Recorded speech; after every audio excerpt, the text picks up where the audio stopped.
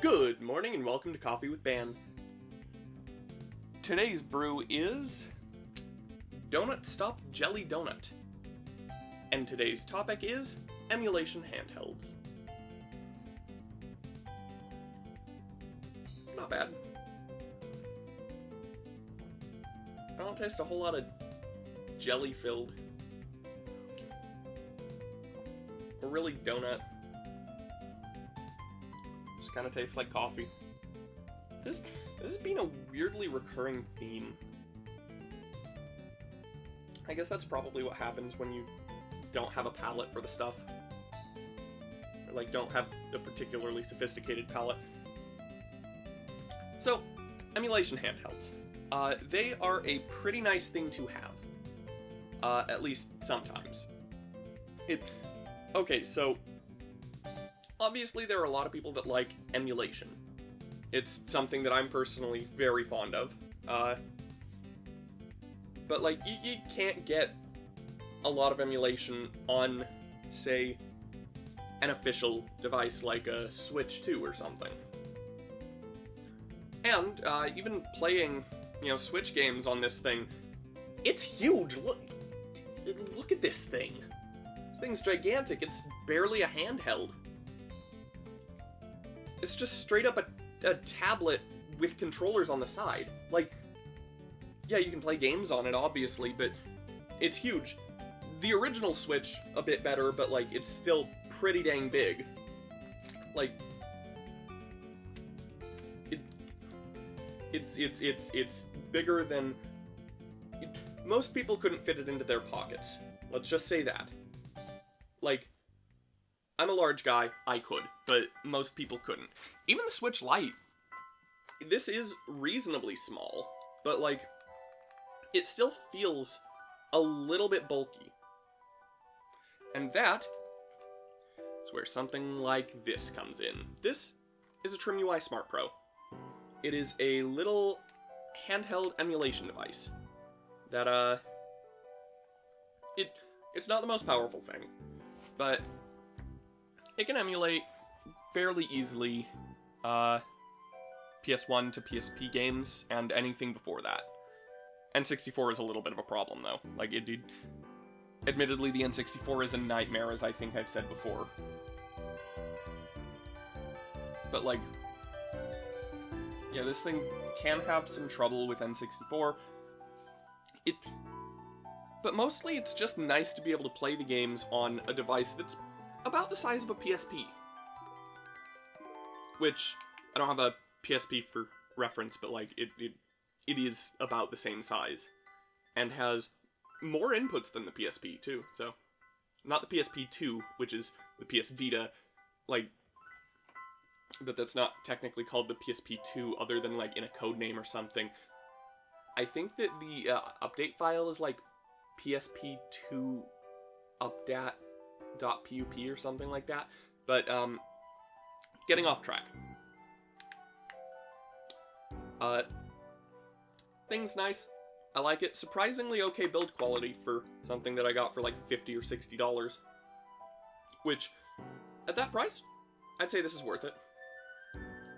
Anything higher than that, I wouldn't. But like, $50? This is a competent little thing.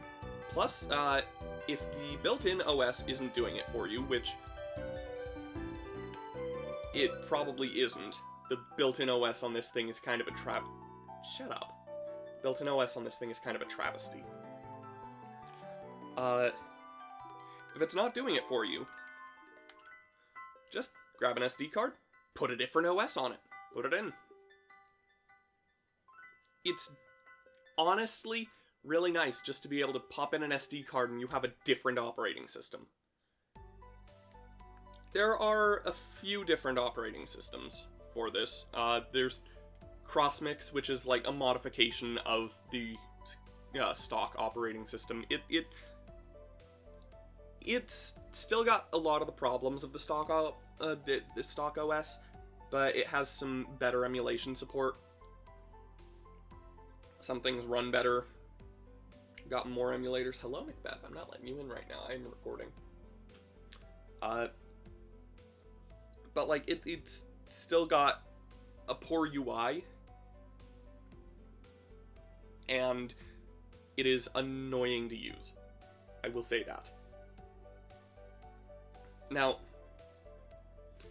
there's Knulli, spelled Knulli, I believe. And that one is annoying for a completely different reason that's probably unique to me. It uses Emulation Station for its front end. And I do not like Emulation Station. Emulation Station is kind of, not moldable enough.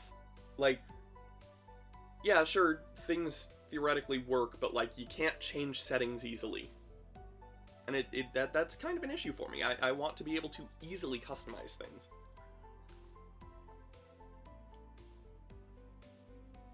Even if there are a lot of options, just let me,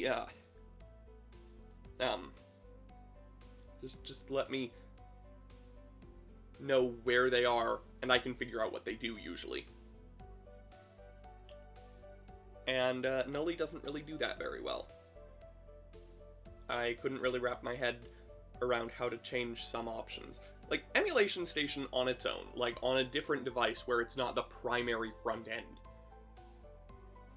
And especially on a device where you don't have to change other apps' settings through Emulation Station. That's the biggie. The idea of I have to change RetroArch settings through Emulation Station is a nightmare. I hate it and don't want to do it, ever. It sucks. But on a device where you can just open RetroArch, change settings, and they'll actually save, Emulation Station is fine.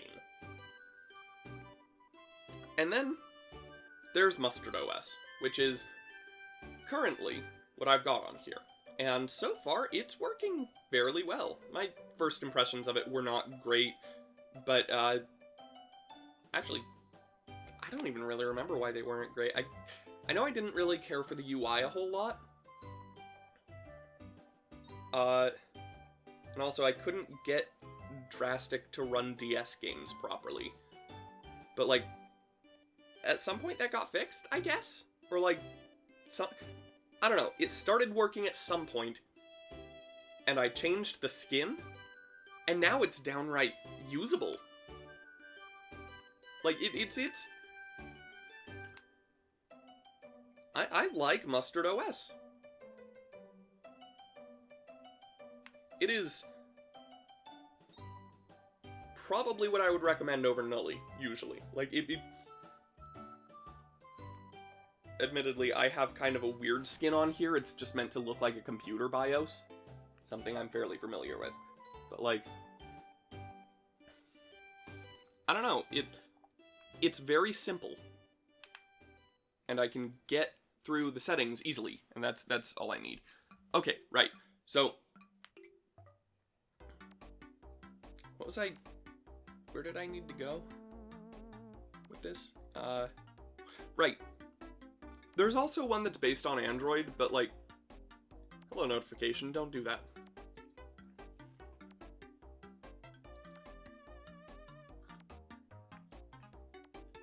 There's an operating system for it that's based on Android, but since this thing doesn't have a touchscreen, I probably shouldn't have done that. There's fingerprints on it. Since this thing doesn't have a touchscreen, that's kind of a no-go. Android is a nightmare without a touchscreen. Hey, this is Bann from the future. I am inserting this here because it is as good a place as any to insert it. I forgot to talk about Anbernic and their devices. Most of them are underpowered. They have battery issues, in particular, becoming spicy pillows. So, that's fun. Their RGDS, a dual screen one, also has issues with latency on the top screen, I believe, being, like, up to a second, and it's genuinely unplayable if you don't use a custom OS. Thankfully, there is a custom OS that fixes it, too, even. Yeah, that's all I gotta say on that subject.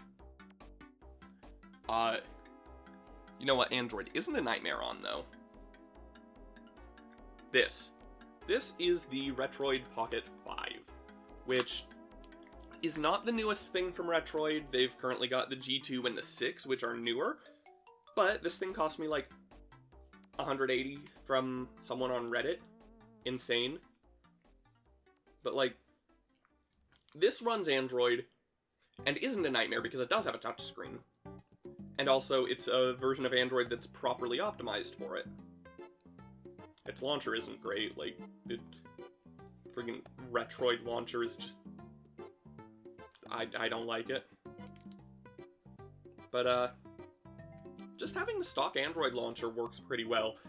It's about the same size as the TSP, but substantially more powerful. Like,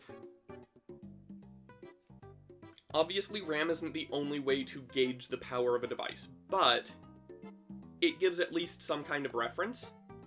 The TSP has, surprisingly, 8 GB of RAM. Just one.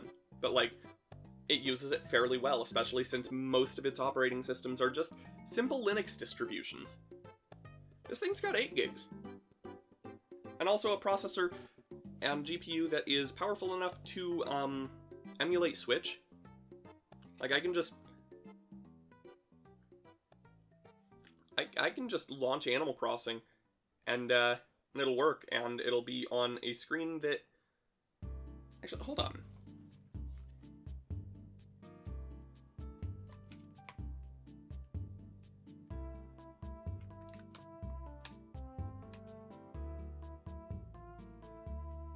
Huh. I'll be darned. This thing actually is pretty close in size to the Switch Lite. But, again, I can run Animal Crossing on this, and it definitely feels smaller. Which is probably just because it's a lot more rounded. Like, it feels shorter and wider. But, like, it's pretty darn close, honestly. But it feels smaller, so it feels more impressive to be able to run Switch games on this. And depending on the game, it runs fairly well. Like, Breath of the Wild, you're probably going to be getting like 20 FPS. That's not that surprising. But, Animal Crossing works great. I was playing a short hike on this. Love it. But, that's not all it can do. Obviously, it's got the standard stuff, like, it can do Game Boy through DS, but it can also do 3DS, and theoretically Wii U, because there is a version of Cemu for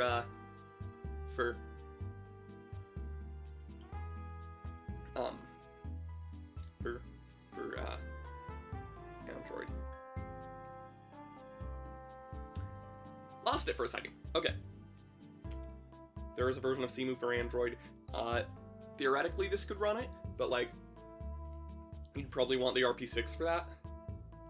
Or, actually, probably an Ein Thor, which is fairly similar to a Retroid Pocket 6 and owned by the same parent company.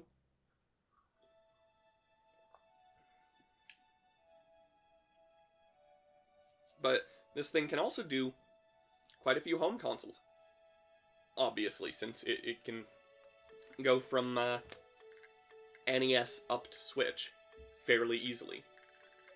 Can do PS2. I've never tried PS3. It's probably going to struggle quite a bit with PS3. But...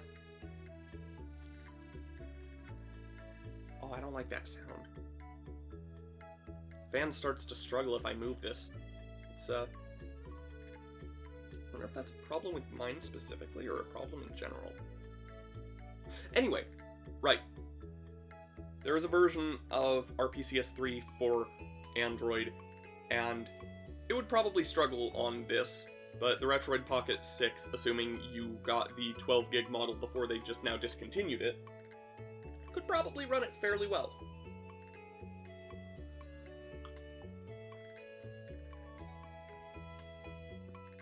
But this thing can also run PSP and PS Vita, which, by the way, PS Vita games, I think they're a bit slept on. It's got Minecraft and Plants vs. Zombies. That's all you need. but it can do 3DS. 3DS works surprisingly okay on here, but like you probably want a dual screen handheld if you're going to emulate 3DS constantly. Or DS. But you know what? Having Dolphin on here is dope, because I can just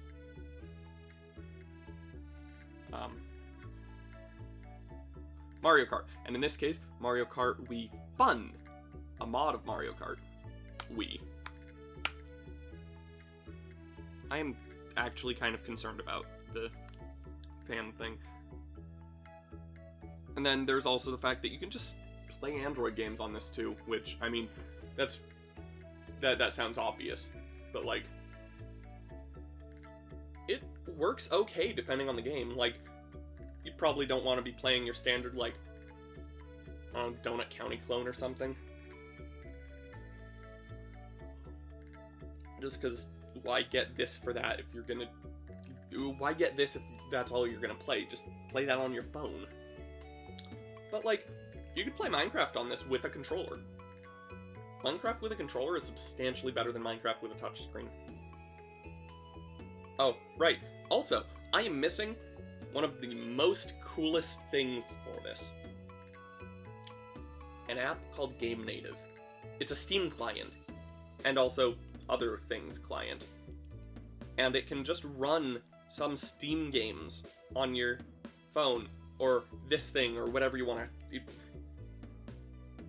Anyway, okay, right. So far I've only gotten, like, one game to actually launch properly on here, and that's Stardew Valley, and that took a while, but I've seen it be able to run other games.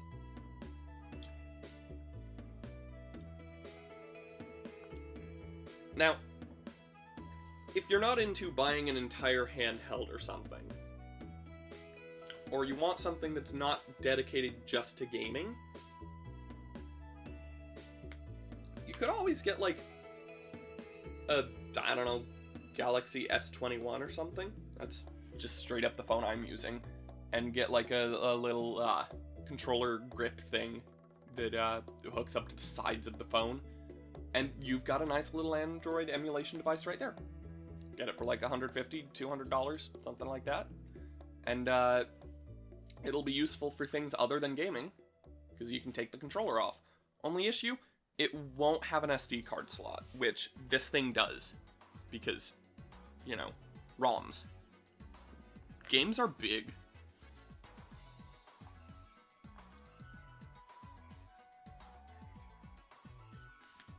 And the